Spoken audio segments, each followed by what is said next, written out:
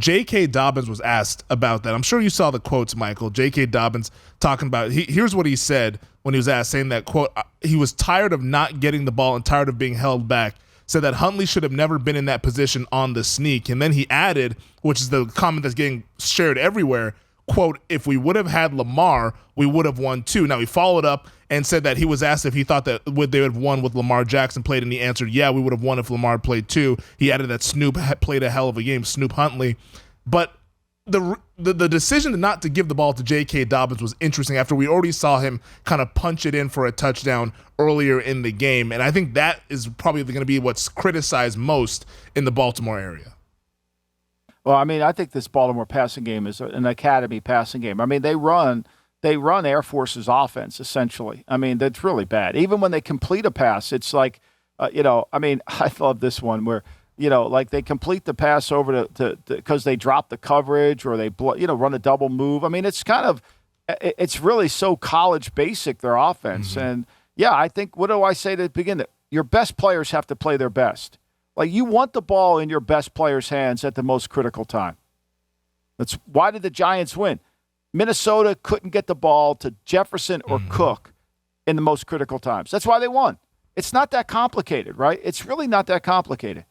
Like, why did San Francisco win? Because they got the ball to their best players when they need it. They got it to Debo, McCaffrey, Kittle, right? They got the ball to their guys. Why did Buffalo win? We'll talk about that in a second. But that's the key.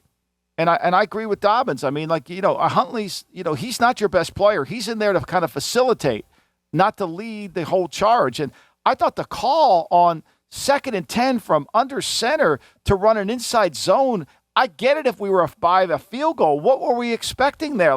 That one blew me away. Yeah, it didn't make sense. I mean, Harbaugh did not call his second timeout. He did not call his second timeout until 15 seconds were left in the game. And the clock was already stopped when he called that timeout. He did not call. That's right. I expected much better from Harbaugh in that situation as a head coach. Obviously, the offensive coordinator, who we've talked about a number of times, Greg Roman on this show, it was about what we expected from that end of the thing. But the Ravens, though, 3 drives that ended up inside the 5-yard line, to get a total of 10 points and then also give a touchdown to the Cincinnati Bengals with that effort there. Last point, though, and a lot of people are going to talk about Lamar Jackson and what his future is. The broadcast said that he was not at the game. I know that's being made as a big deal. I think the Ravens might have a policy where injured players don't travel. I saw a tweet about that as well, so I'm not sure how much we should read into that. But this is now going to become an interesting offseason here for this Baltimore team. Michael, real quick, your thoughts on the offseason on the horizon here for the Ravens. Well, I think everything's in play. I think everything's in play. I don't think you could say they're going to sign him. I don't think you could say they're going to trade him. I don't think you can say they're going to – I think everything's in play. I think they're going to – look, they're very tactical in what they do. They have a great PR machine in Baltimore. They're able to spin things in a way to where it's going to come out. I think they have to take a look at every option and do what's best for their team, and do what's best for their team. And I think you got to do what's best for your team in every area. Because let me ask you this. If you trade Lamar, where are you going with this? I mean, at some point, is somebody going to say, we have no passing game? We might want to get better in the passing game. And look, it's not because Bateman got hurt or this guy's not playing. Duvernay, our passing game sucks. It sucks. We have no passing game. Can we just have an honest conversation about that? To me, there's more than – and then you got to lead yourself to Lamar. If somebody wants to give you 3 number ones for Lamar, do you turn it down? I don't know. I mean – if somebody in that top 5 wants to give you that pick and a bunch of other picks, do you do it? I mean, look, I think there's a lot of desperation out there. I don't think there's a lot of courage, but I think there's a lot of desperation. Yeah, last note on the Lamar thing. Since he took over as a starter in 2018, the Ravens, with Lamar as a starter, 45-16. That's a 73% win percentage.